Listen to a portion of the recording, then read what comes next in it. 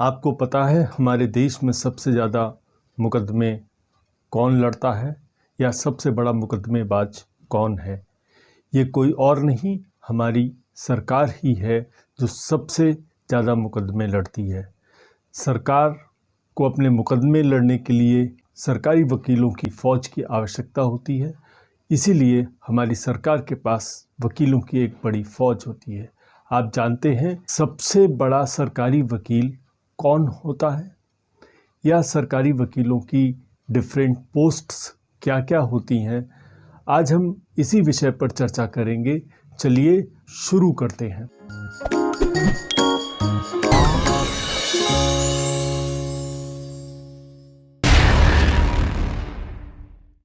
Welcome back. इस video को अंत तक देखें जिससे आप एक महत्वपूर्ण जानकारी को मिस न करें।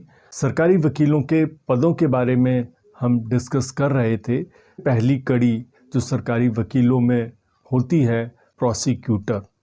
आपने अक्सर सुना होगा कि प्रोसिक्यूटर ने किसी मुकदमे में पैरवी करके किसी ए, बी या सी को सज़ा दिलवा दी। ट्रायल कोर्ट में सरकारी वकील किसी मुकदमे की पैरवी करता है और अपराधी को सज़ा दिलवाता है। ऐसे वकील को हम प्रोसिक्यूटर कहते हैं।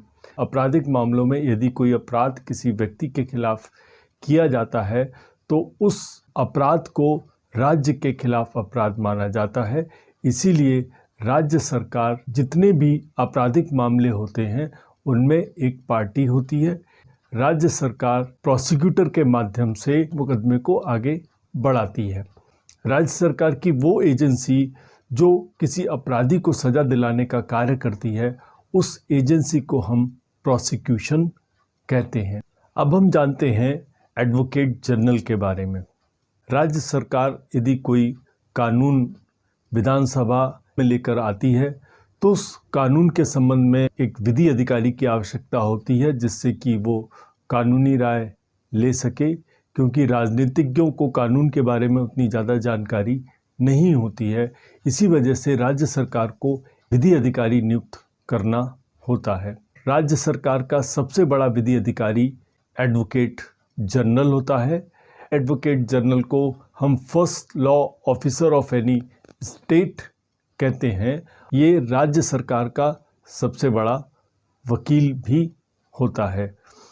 राज्य सरकार के सबसे बड़े वकील यानी कि एडवोकेट जनरल की नियुक्ति राज्य सरकार, हमारे कॉन्स्टिट्यूशन के आर्टिकल 165 में एडवोकेट जनरल की नियुक्ति की प्रक्रिया दी गई है। राज्यपाल एडवोकेट जनरल की नियुक्ति राज्य के मंत्रिमंडल की संस्तुति पर करता है। एडवोकेट जनरल का कार्यकाल राज्यपाल की इच्छा पर निर्भर करता है। अब हम बात करते हैं एडवोकेट जनरल की क्वालिफ़िकेशंस की। Any person qualified to be appointed as a high court जज can be appointed as advocate general of particular state. कोई भी व्यक्ति हाई कोर्ट का जज बनने की अगर योग्यता रखता है तो उसे एडवोकेट जनरल बनाया जा सकता है। एडवोकेट जनरल राज्य सरकार को कानूनी मामलों में राय देता है और एडवोकेट जनरल हाई कोर्ट या किसी अन्य न्यायालय में राज्य सरकार की ओर से पैरवी करता है। अब हम जानते हैं solicitor general of India. Solicitor general of India केंद्र सरकार का दूसरा सबसे बड़ा लॉ ऑफिसर होता है। आप ये कह सकते हैं सॉलिसिटर जनरल ऑफ इंडिया केंद्र सरकार का दूसरा सबसे बड़ा वकील होता है। यह हाई कोर्ट, सुप्रीम कोर्ट, किसी अन्य न्यायालय में केंद्र सरकार के पक्ष को रखता है। केंद्रीय मंत्रिमंडल की संस्तुति पर राष्ट्रपति सॉलिसिटर जनरल ऑफ इंडिया की नियुक्ति करते हैं। सॉलिसिटर जनरल ऑफ इंडिया की नियुक्ति law officers condition of services rules 1972 से की जाती है। सॉलिसिटर जनरल ऑफ इंडिया की पोस्ट स्टैट्यूटरी होती है यानी कि कानूनी होती है।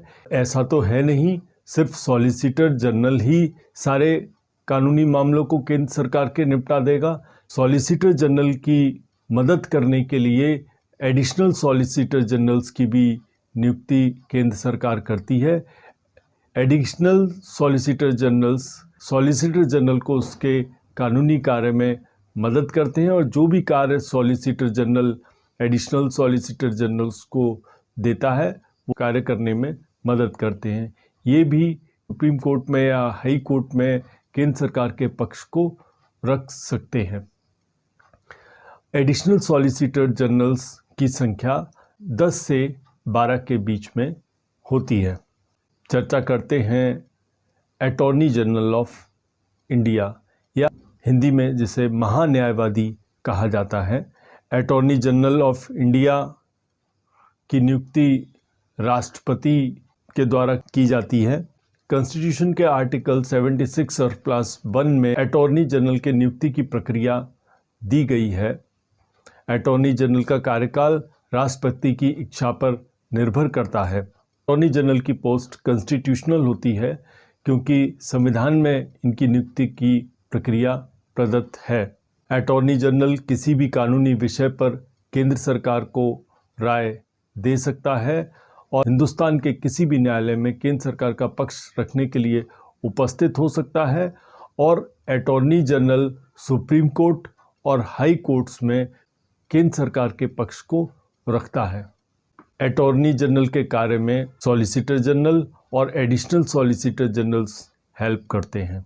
कोई भी सरकारी वकील, चाहे वो अटॉर्नी जनरल हो, सॉलिसिटर जनरल हो, एडवोकेट जनरल हो या पब्लिक प्रोसिक्यूटर हो, सरकार के खिलाफ किसी भी व्यक्ति की पैरवी न्यायालय में नहीं कर सकते। यदि सरकार किसी मुकदमे में पक्षकार है तो वो हमेशा सरकार की ही पैरवी करेंगे। यह थी जानकारी देश के बड़े सरकारी वकीलों के बारे में और अन्य सरकारी वकीलों के बारे में। क्या आप बता सकते हैं कि प्रेजेंट में हमारे देश का अटॉर्नी जनरल और सॉलिसिटर जनरल कौन है तथा आपके राज्य का एडवोकेट जनरल कौन है? मेरे कमेंट बॉक्स में लिखकर मुझे बताएं। जिन लोगों के भी उत्तर सही होंगे मैं उन्हें नेक्स्ट वीडियो में मेंशन करूंगा। और अंत में आपको ये जानकारी पसंद आई हो तो आप इस वीडियो को लाइक करना, सब्सक्राइब करना और शेयर करना ना भूलें, जिससे कि ज़्यादा से ज़्यादा लोगों तक ये जानकारी पहुँचे और वो हमारे देश के सरकारी वकीलों के बारे में जान सकें। Thank you for watching Manoj view channel.